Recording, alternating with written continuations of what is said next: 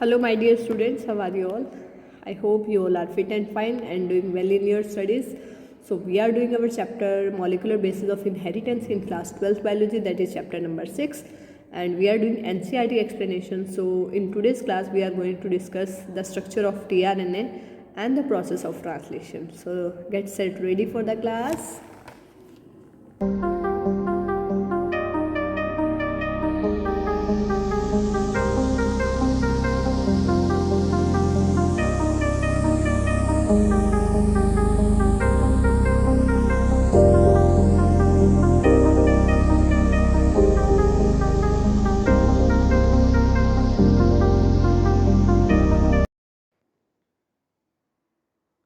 So students, today we are going to start tRNA, the adapter molecule. This topic is very important to understand the process of translation, that is protein synthesis. So let's start today's topic, tRNA. tRNA is transfer RNA, and it is the 15% of total RNA. जितना RNA होता है बेटा उसका 80 to 85% mRNA ribosomal RNA होता है, that is rRNA. 3 to 5% उसमें रहेगा mRNA, that is messenger RNA, और 15% जो रहेगा that is ट्रांसफर RNA. इसको अडेप्टर मॉलिक्यूल भी बोलते हैं और इसको सोल्यूबल RNA भी बोलते हैं. सोल्यूबल RNA भी बोलते हैं बच्चों इसको. ठीक है, चलिए. So why this is important? Actually, if we see the structure of tRNA, it have different loops. This is 5 prime end and this is 3 prime end, and on the 3 prime end it have a sequence CCA. इसमें sequence होगा CCA. ठीक है, और ये अगर हम labelling करें, this is anticodon loop, this is extra arm. ठीक है, this is D loop you can say, and one more loop is this. ठीक है, main thing is anticodon loop. If we see RNA, mRNA, suppose this is mRNA, this is 5 prime end, this is 3 prime end, it have codon. So codon is complementary to anticodon of the tRNA. tRNA is the smallest RNA, smallest RNA. जितने भी RNA है, mRNA, tRNA, rRNA, उन सब में से छोटा है tRNA. लगभग 72 to 73 न्यूक्लियोटाइड से बनता है, 72 to 73 न्यूक्लियोटाइड से ये बना है. एंड अगर हम इसकी बात करें बेटा 2D स्ट्रक्चर की, तो 2D structure is clover leaf structure. Very important, clover leaf structure, ये जो मैंने अभी बनाया है, this one clover leaf structure. This is given by Robert Holi.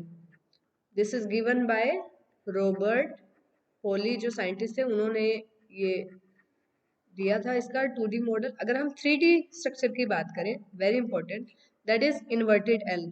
कैसा होगा? अल्फाबेटिक, जो इन्वर्टेड एल है, इन्वर्टेड एल के जैसा होगा.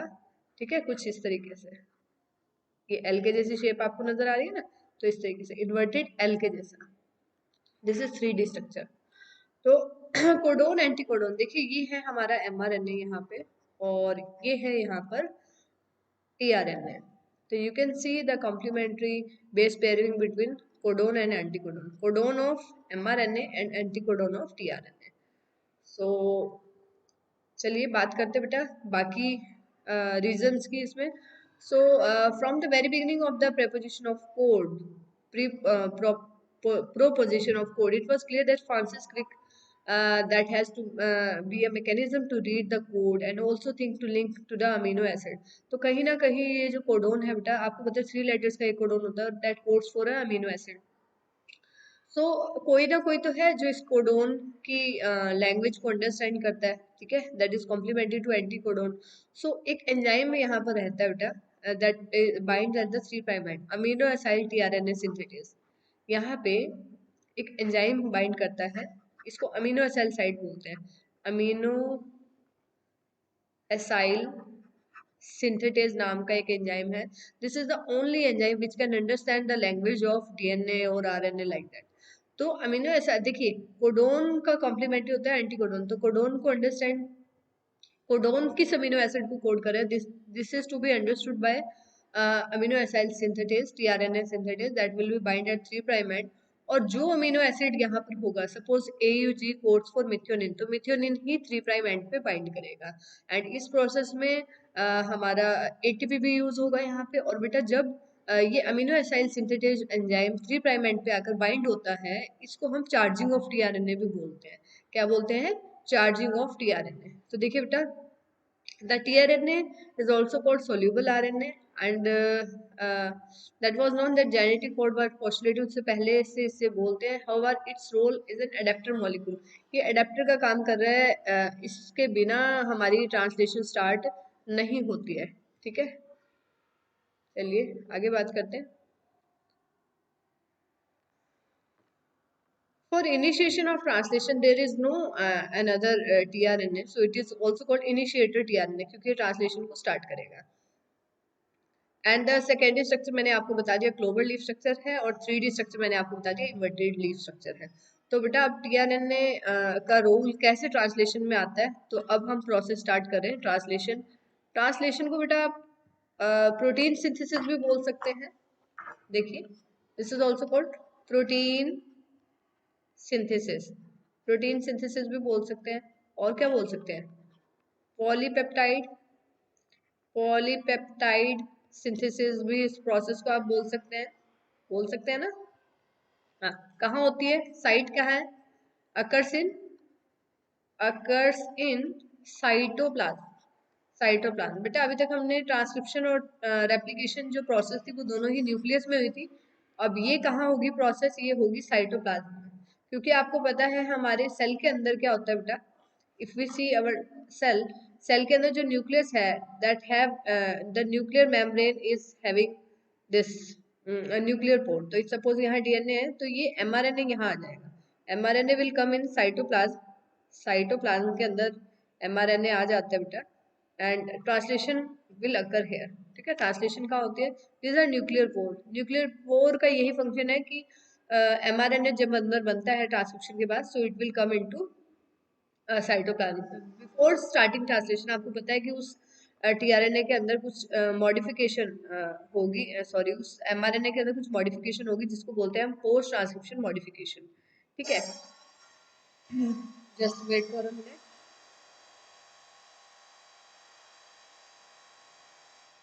So this translation is also a three-step process. Three-step process like replication and transcription. Three-step process है बेटा ये भी। इसमें भी क्या रहेगा? One is initiation, initiation, then elongation,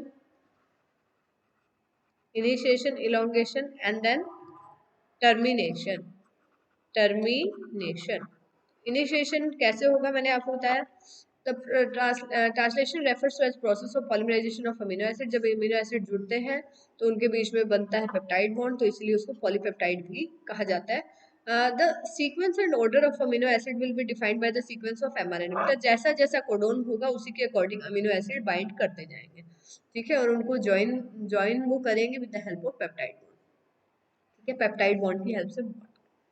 सो मैंने अभी आपको बताया कि there is a charging of tRNA. जब टीआरएनए के ऊपर, सपोज दिस इज टीआरएनए,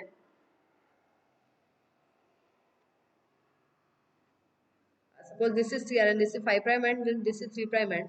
जब यहाँ पे अमीनो एसाइल एंजाइम जो है बाइंड होगा, amino acyl enzyme, amino acyl synthetase अभी मैंने बताया था आपको, जब वो बाइंड होगा then this is called charging of tRNA या फिर अमीनो एसाइलेशन ऑफ टीआरएनए। ठीक है, and you know there are 20 amino acid, 20 different amino acyl synthetases are there to bring different amino acids. ठीक है, so if two such charged tRNA are brought to close enough, the formation of peptide bond। तो बेटा आपने पढ़ा होगा junior classes में, ribosomes are the ribosomes जो that do not have any membrane, membraneless organelle होती है, तो ribosomes are also called protein factories, right? Protein factories कहा जाता है। सो इनको प्रोटीन फैक्टरीज इसलिए बोलते हैं बेटा क्योंकि ये प्रोटीन सिंथेसिस में हेल्प करते हैं। तो देखिए बेटा, राइबोसोम के अंदर एक लार्ज सब यूनिट होती है, एक स्मॉल सब यूनिट होती है। तो यहाँ पे 3 साइड्स होंगी, बड़े ही ध्यान से आप समझेंगे। This is E, this is P and this is A। ठीक है, ये A साइड कौन सी है? Amino acyl site. यहाँ पे अमीनो एसाइल, यहाँ पे टीआरएनए आएगा, टीआरएनए बाइंड करेगा। देखिए यहाँ पर इस साइड पे टीआरएनए आकर बाइंड करेगा, यहाँ पे होगा एमआरएनए, ये है एमआरएनए, और ये आ जाएगा यहाँ पे टीआरएनए। तो आपको पता है कोडोन एंटी कोडोन की बेस पेयरिंग यहाँ पे हो जाएगी, कोडोन एंटी कोडोन की। ठीक है, तो this is amino acyl site. अगली साइट की बात करते हैं बच्चों।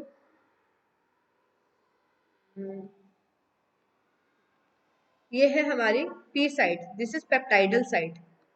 यहाँ पे पेप्टाइड बॉन्ड बनेंगे, जो अमीनो एसिड आएंगे,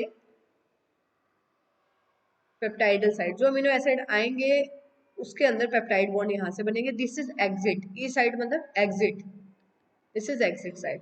तो हमारे पास बेटा 3 साइड्स यहाँ पे होंगी, E, P and A. Amino acid side पे अमीनो एसिड्स आएंगे, नए नए अमीनो एसिड, आपको पता है यहाँ से अमीनो एसिड एंजाइम है जो नए नए अमीनो एसिड कोडोन को रीड करेगा, और नए नए, सपोज AUG है so it will code for methionine, तो मिथ्योनिन आ जाएगा। नेक्स्ट टीआरएनए के ऊपर जब next amino acid synthesis, suppose U है तो you know U codon codes for phenylalanine, तो फिनाइलएनालिन आ जाएगा।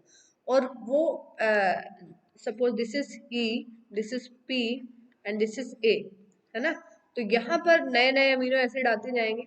देखिए this is 3 prime and 5 prime and this is 3 prime end, और यहाँ सीक्वेंस है CCA, और यहाँ पे नए अमीनो एसिड आते जाएंगे। यहाँ पे उनमें पेप्टाइड बॉन्ड बनते जाएंगे अमीनो एसिड्स के अंदर, और एग्जिट साइड यहाँ से वो जो पॉलीपेप्टाइड है वो निकल जाएगा। ठीक है, ये सीक्वेंस है हमारी लार्ज सब यूनिट में, दिस इज स्मॉल सब यूनिट, और यहाँ बीच में क्या रहेगा? mRNA। और ये जो हमारा टीआरएनए है बेटा, जो टीआरएनए है दैट हैव एंटीकोडोन लूप, आपको पता है।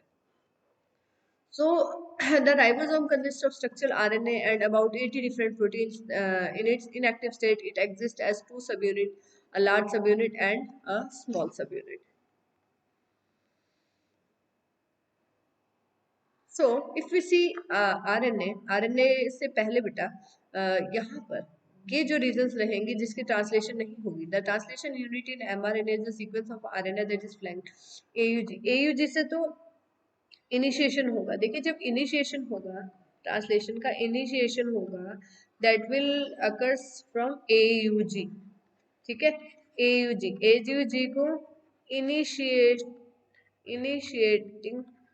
कोडोन भी बोल सकते हैं। क्या बोल सकते हैं? Initiating codon. ये मिथ्योनिन को भी कोड करता है और इनिशिएशन भी करवाता है। तो AUG होगा बेटा, वहां से स्टार्ट हो जाएगा, लास्ट में स्टॉप कोडोन होते हैं जो इस प्रोसेस को स्टॉप करवाते हैं। तो mRNA का वो रीजन जो AUG से पहले, इनिशिएटर कोडोन से पहले है या बाद में है, उसको हम बोलते हैं UTR, ठीक है, UTR, sorry, UTR that is untranslated region. UTR को हम क्या बोलते हैं? UTR को क्या बोलते हैं? अनट्रांसलेटेड रीजन, जिसका ट्रांसलेशन नहीं होता है। तो UTR बोथ एंड पे होते हैं बेटा, 5 प्राइम एंड पे यहाँ पे भी होंगे और 3 प्राइम एंड पे भी होते हैं। ठीक है, स्टॉप कोडोन के बाद भी होते हैं। आपको पता है स्टॉप कोडोन कौन से हैं? UUA, UUG, UGA, UAA, UAG, UGA। ठीक है, ये 3 हमारे जो है स्टॉप कोडोन है, इनको टर्मिनेशन कोडोन भी हम लोग बोलते हैं। तो इनिशिएशन आपने देखा कि कैसे हुआ, और फिर इलोंगेशन आपको पता है पेप्टाइड बॉन्ड, पी साइड पे पेप्टाइड बॉन्ड बनेंगे, और फाइनली जो पॉलीपेप्टाइड है it will release out with the help of releasing factor. कुछ रिलीजिंग फैक्टर भी होंगे बेटा, RF फैक्टर बोलते हैं। इनिशिएशन में कुछ इनिशिएशन फैक्टर काम आ सकते हैं, IF1, IF2, मेनली तो ये यूकैरियोट्स में यूज होते हैं। ठीक है, तो इनिशिएशन में भी कुछ इनिशिएटिंग फैक्टर्स यूज हो सकते हैं, कोई प्राइमर यहाँ पे यूज नहीं होगा, कोई यहाँ पर पॉलीमरेज एंजाइम की जरूरत नहीं है। यहाँ पर amino acid tRNA synthetase enzyme है जो 3 प्राइम एंड पे टीआरएनए पे बाइंड करेगा, और वो नए नए अमीनो एसिड को अकॉर्डिंग टू कोडोन लेकर आएगा। पी साइड पे पेप्टाइड बॉन्ड बनेगा, एग्जिट से निकल जाएगा। तो उसमें कुछ RF रिलीजिंग फैक्टर भी होंगे जो उसको हेल्प करेगा, वही है RF1, RF2, RF3, है ना, ऐसे डिफरेंट रिलीजिंग फैक्टर हो सकते हैं। तो देखिए बेटा, जैसे हमारा सपोज दिस इज mRNA, ठीक है, ये हमारा mRNA है। This is 5 prime and this is 3 prime and. तो राइबोसोम सब यूनिट यहाँ पर आकर जुड़ जाते हैं। एंड दिस राइबोसोम, जब बहुत सारे राइबोसोम्स ऐसे mRNA के ऊपर जब उसको ट्रांसलेशन के लिए उसके ऊपर आकर अटैच होते हैं, that this structure is called polysome. Polysome भी बोलते हैं इसको, ये नीट में आता है, या फिर इसको पॉलीराइबोसोम स्ट्रक्चर भी बोलते हैं। और जब बहुत सारे राइबोसोम्स आगे जुड़ते हैं, पॉलीराइबोसोम भी बोलते हैं इसको या पॉलीजोम भी बोलते हैं। और एक और चीज आप यहाँ पे ध्यान देंगे बच्चों, कि ये जो हमारा स्ट्रक्चर है, तो mRNA के ऊपर, suppose this is 5 prime and this is, तो ribosomes are the protein factories, so they generally slide over the, ठीक है, स्लाइड करते हैं ये mRNA पे, और जो जो कोडोन आते जाएंगे, तो tRNA में एंटी कोडोन होगा, that will be understand by amino acid tRNA synthesis. तो एक ही ऐसा एंजाइम होता है जो डीएनए आरएनए की लैंग्वेज को अंडरस्टैंड कर सकता है, समझ सकता है, so that is amino acid tRNA synthesis. So we have total 20 amino acid, total 20 amino acids हैं हमारे पास। तो टोटल 20 ही हमारे पास अमीनो एसिड टीआरएनए सिंथेसिस होंगे। तो आप देख सकते हैं कि यहाँ पे कैसे नए अमीनो एसिड्स आ रहे हैं, then they will shift to P side पे चले जाएंगे। Suppose this is amino acyl site, ठीक है, ये हमारी पी साइट है, और ये है एग्जिट साइट। एग्जिट साइट में भी एब्सेंट इन प्रोकैरियोट्स में एब्सेंट भी हो सकती है ई साइट, कोई इतना बड़ा रोल नहीं है, ठीक है। सो अब हमने देखा बेटा, पहले हमने देखा कि डीएनए से एमआरएनए हमारे पास बना, दैट इज ट्रांसक्रिप्शन। डीएनए से डीएनए भी बना था, दैट इज रेप्लिकेशन। फिर एमआरएनए से फाइनली क्या बन गया हमारे पास, प्रोटीन्स या पॉलीपेप्टाइड हम बोल सकते हैं। तो ये पूरी प्रोसेस हमने बोला था, this is the central dogma of molecular biology. Central dogma of molecular biology. Molecular biology किसने दिया था बेटा, given by Crick, given by Crick, Crick ने ये हमारे पास दिया था। तो रेगुलेशन की बात करें बेटा, रेगुलेशन जीन एक्सप्रेशन का कैसे हो सकता है, तो ये ट्रांसक्रिप्शन लेवल पे भी रेगुलेशन है, क्योंकि कैसी एमआरएनए हमारे पास बनेगा। फिर उसके बाद उसमें पोस्ट ट्रांसक्रिप्शन मॉडिफिकेशन में उसमें स्प्लाइसिंग होगी, और उसमें 5 प्राइम जी कैपिंग होगी, 3 प्राइम एंड पे पॉली ए टेल होगी, तो पोस्ट ट्रांसक्रिप्शन मॉडिफिकेशन भी यहाँ रहेंगी।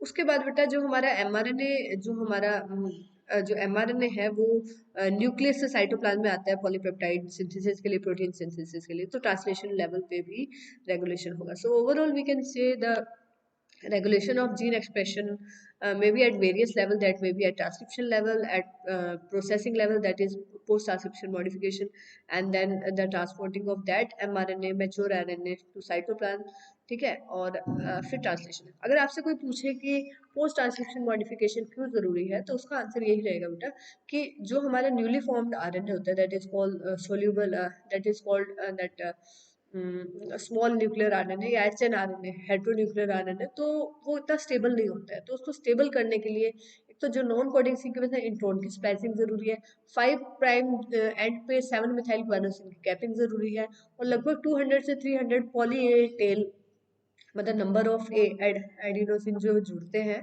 That is called poly A tail, poly adenylation भी उसको हम बोलते हैं। तो ये सारी चीजें जरूरी है।